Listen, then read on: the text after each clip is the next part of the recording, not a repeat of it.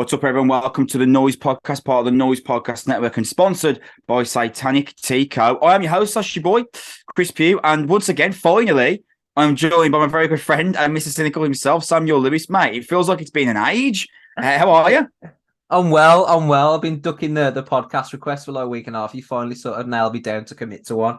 But it's good. It's good to be on here to discuss a band that we both enjoy. Yeah, man. I mean, theoretically, it's only actually been 2 weeks since we reviewed an upcoming release together. It's just the fact that we reviewed the new Currents album like 2 weeks before it actually came out. So theoretically, it's been a month since we recorded it. It hasn't been that long since we actually did an episode on a Yeah. The audience doesn't miss me, but you do. I do severely. Just in reference to that, we've also got reviews on Unearth's new album and Frozen Soul's new album up on the channel as we speak. So go and check that out. But I should actually tell you who we are first. With the Noizze Podcast, sponsored by Satanic Co. More on those in a second. We're a fortnightly, at the very least, rock and metal show. We're available on YouTube, Apple Podcasts, Spotify, anywhere you get your podcast. Me and Sam will be there. Please give this video a like or a rating if you're on another podcast service. Give us a 5-star rating on Spotify / Apple Podcasts would just be amazing for us and pushing us up that metric. You could also subscribe or follow us depending on the service that you use. Again, another fantastic way to support us, and that means the world if you do so. You can follow us on Twitter and Instagram at Noizze Podcast. And as you can see by today's title, we are going to review the new Dirty Nil album, Rein To Passions. Before we do that, I'll mention this on our Frozen Soul review with Bangers and Mosh podcasts, but we are now sponsored by Satanic Co, a death metal band / tea brand. Yes, you heard that correctly, where you can get everything from incredible merch to coffee to metal-inspired tea, such as Throat of Lucifer and Antichrist pumpkin spiced chai. We're going to leave a link to their amazing work in the description, but Sam can also show you some of their amazing work right now. Bags of tea. Yeah, that was be the tea. Absolutely. Drink tea, worship Satan, and coconut chai. So we've got a whole coast of stuff that is both exciting and delicious, that reflects both your willingness to praise Satan and draw pentagrams, as well as your ability to get caffeine and start your day. It's just those things interlink. Those things interlink quite well. So absolutely. Satanic Co. We're going to leave their website link in the description. Please go and check them out. At the very least, the t-shirts are amazing. So at the very, very, very least, go and check out the merch line, man, because it is incredible. And a big thank you to Satanic Co. for sponsoring us. Let's get moving then. The Dirty Nil, Rein To Passions, is the alternative rock band's 4th full-length record, available May 26th via Dino Records, and the follow-up to 2021's F Art. Sam, I think I said pretty much the exact same thing when we opened up our review of the previous album, F Art. But don't Dirty Nil, when you listen to them, just make you think, oh man, remember when Green Day were really good? How many bands do you listen to that make you think about Green Day? I reckon it's like 40% the Dirty Nil. No, the Dirty Nil do just make me think, man, when Green Day were great. They were amazing, man. I think of a particular era of music in like sort of the late 90s, early 2000s. I think of that sort of big alternative rock bands. Like, they kind of sound like a little bit of a mix of like early Gallows, but also big stereophonic songs with those big expansive kind of riffs, maybe early Foo Fighters. There are a dash in there as well, but also like more hardcore flavored stuff like Gallows and a band that I loved a few years ago called I Cried Wolf that I think have disbanded recently. It's very sad. But yeah, I what it makes me think of is it rock and roll good? Well, they're just fun, aren't they? They're really fun. They are really fun. Yeah, absolutely. It's really nice. I'm sure you'll agree, because you did the Frozen Soul review recently, which was very serious, very metal. And isn't it nice to just listen to an album and be like, I don't really have to work hard with this. Yeah, that is a wonderful thing. It is nice, isn't it? Like, there's a place in the world for something that I don't have to concentrate to sort of really figure out, and like, oh, when's the transition and what does this mean? Like with the Periphery one, I fucking love that Periphery album, but it's like, do I need a degree to like really it's get attentive this? Listening, isn't it? Yeah, it really is. It really is. So with this, it's like, oh, this is just enjoyable. This is nice. This is like a few daft lads playing some tunes. I'm watching the football with my mates. It's nice. It's just it's just enjoyable. You're right. It's a nice listen. I'm stepping on the toes of my own review here in terms of some of the notes that I've put on throughout the songs. But if American Pie got released in 2023, I really feel like the Dirty Nil would be the soundtrack band if they knew what they were doing. I mean, certainly they've got that. I mean, the sad thing is if American Pie was released in 2023, it'd be like Juice World or something. But like, No, but if that same yes, if that completely same understand. vibe was replicated in this current era, I feel like the 100%, Dirty Nil would be chosen as 100%, the band.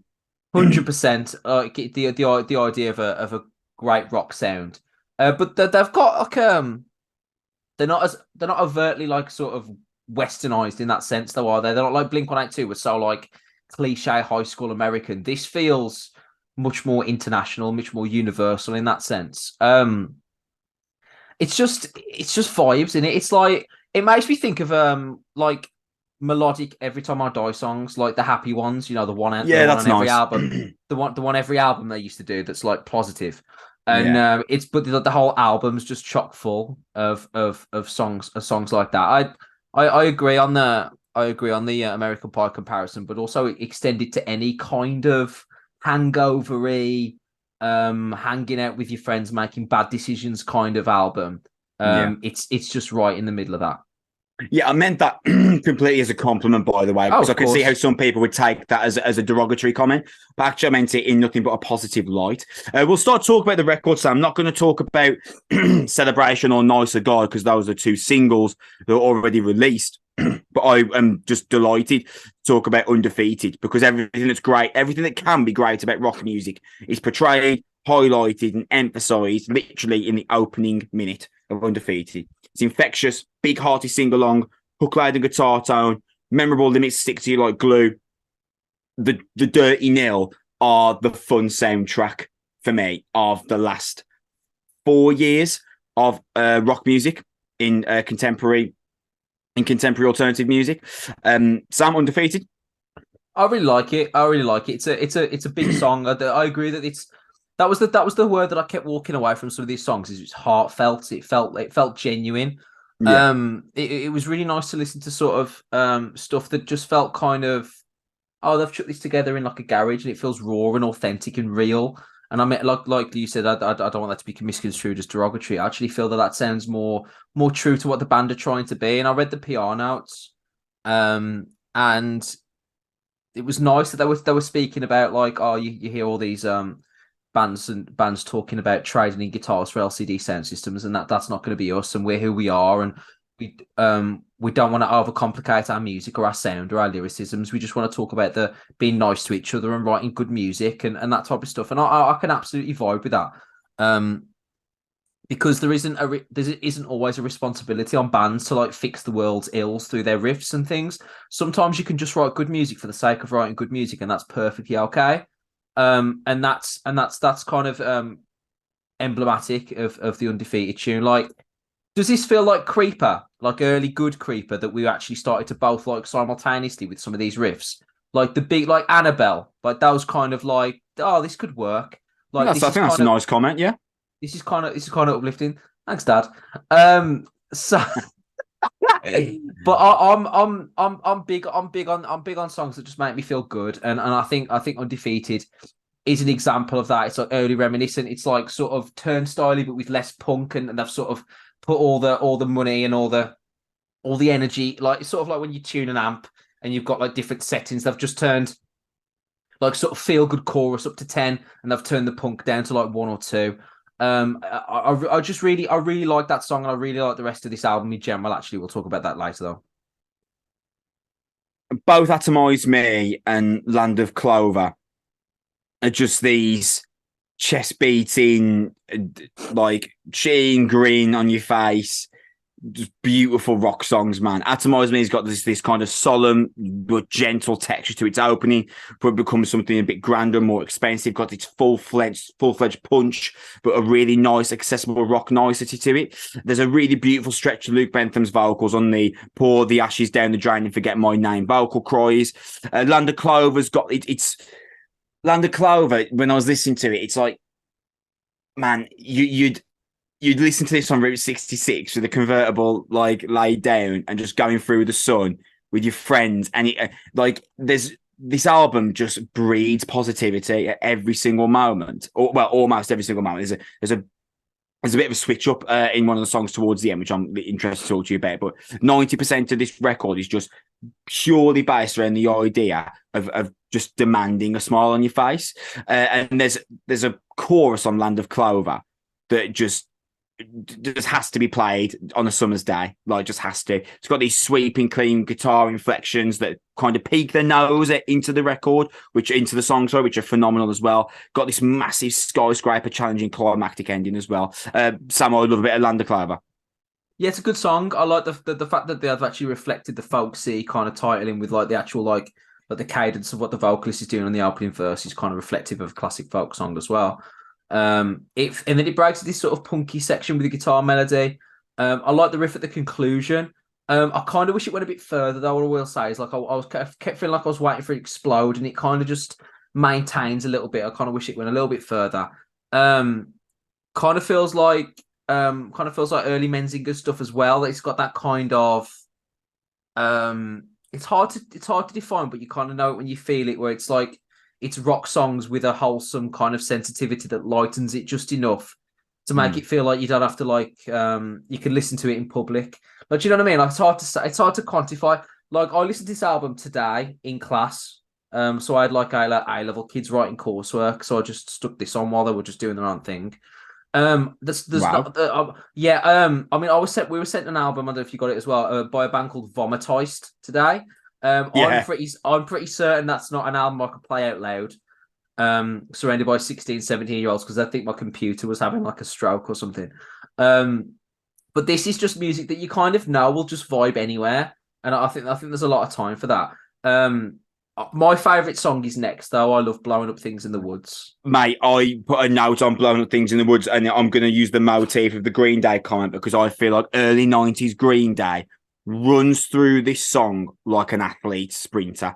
It is just so clearly, you could so clearly see the similarities between Blowing Up Things in the Woods and Nimrod. It just, like, honestly, you put Billy Joe Armstrong on this and told me it came out in 95, I wouldn't think twice. There's a swagger to the way the rhythm riff builds. There's power to Lou Bentham's high octane vocals. Sprawling lead guitar lines add like kind of an unexpected but welcome flavour. This massive, gorgeous vocal line of They Wouldn't Understand the Beauty in Annihilation, which is an amazing chorus. Sad Blowing Up Things in the Woods is just an amazing song for me. I adore it. Yeah, it even starts with the Ramones-esque kind of bass drum and snare kind of drum beat opening, which I'm a big fan of. The thing is about here is it's got like a sense of whimsy and humour that kind of sets it apart, and that for me gives it that extra dose of personality that I really, really like. The chorus riff is great here. It's full of youthful heart, like you feel younger listening to this.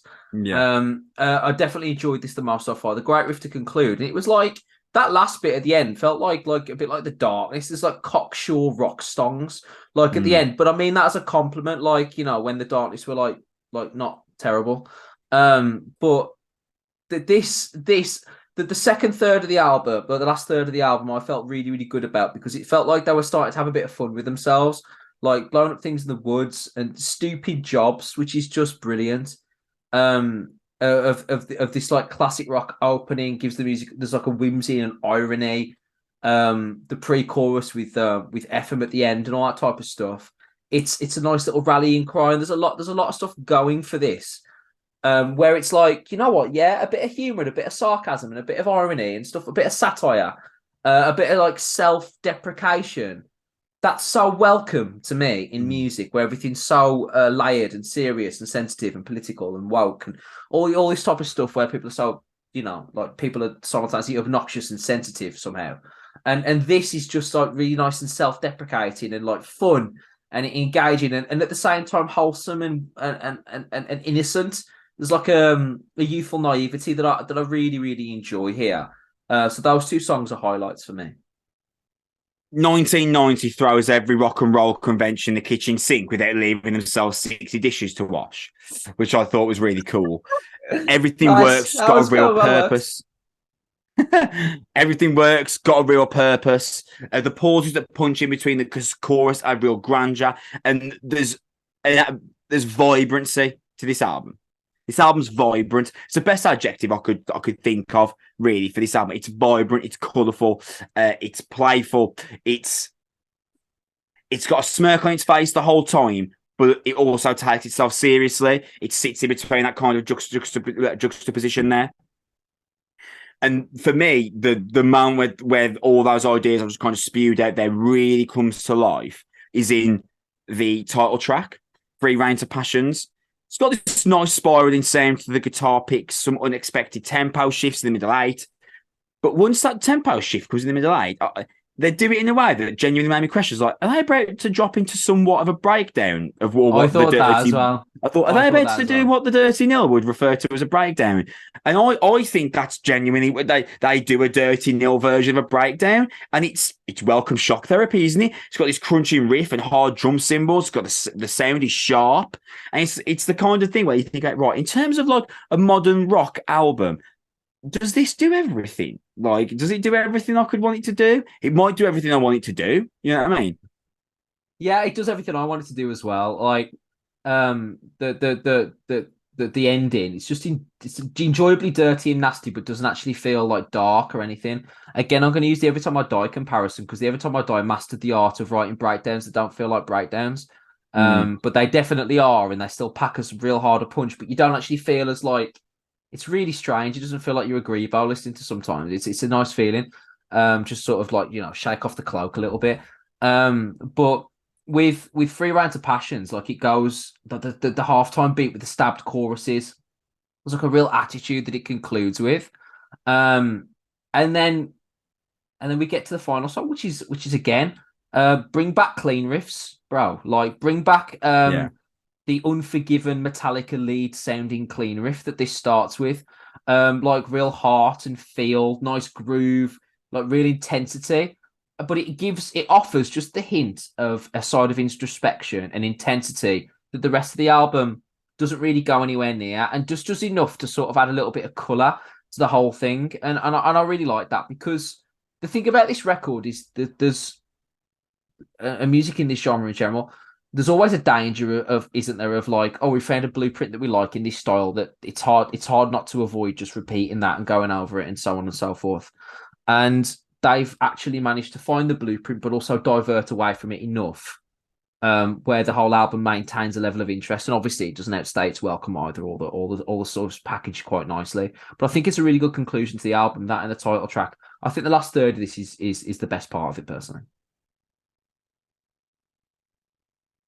When we spoke about F Art, the album that came out 2 years ago, you told me that you really liked a lot of it, and there was subsections that you felt could have been missed.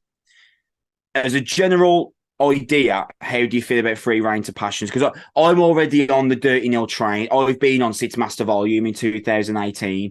So really, my opinion here is not as important as yours, because I've been on for 5 years. Dirty Nil haven't got to do anything to convince me. I love them. I think they're fantastic. So how would you feel about Rein To Passions as a collective record? I think it's more consistent than F Art. But I thought F Art had a higher ceiling at times. I thought some of the singles I really, really loved on I think F Art. I think Doom Boy on F Art is better than anything that's on this any singular track on this album. But there are dips on the prior record that this one doesn't have. So it's a more consistent, smoother journey, if that makes sense in terms of the quality. But overall, it's a good rock record, and don't we need some good rock records? That's a fantastic point, actually. It doesn't take itself too seriously. You know what? At its heart, it's a really good, fun, superb rock record. That's where we're going to leave off this episode of the Noizze podcast. We are going to be back in a couple of weeks' time, going to look at the release schedule and see what fits our tastes there. Remember, the best way you can support us is either liking the video, adding a 5-star rate on Spotify or Apple Podcasts or wherever you listen, or subscribing, depending on the service that you listen on. You can follow us on Twitter and Instagram at Noizze Podcast, and we are sponsored by Satanic Tea Co., the death metal band / tea brand. Yes, you did hear that right. We're going to leave a link for them in the description. We're going to be back in a couple of weeks' time. Thank you very much for listening. Really appreciate it. Like, subscribe, follow, and we will see you in 2 weeks' time. We love you. Bye.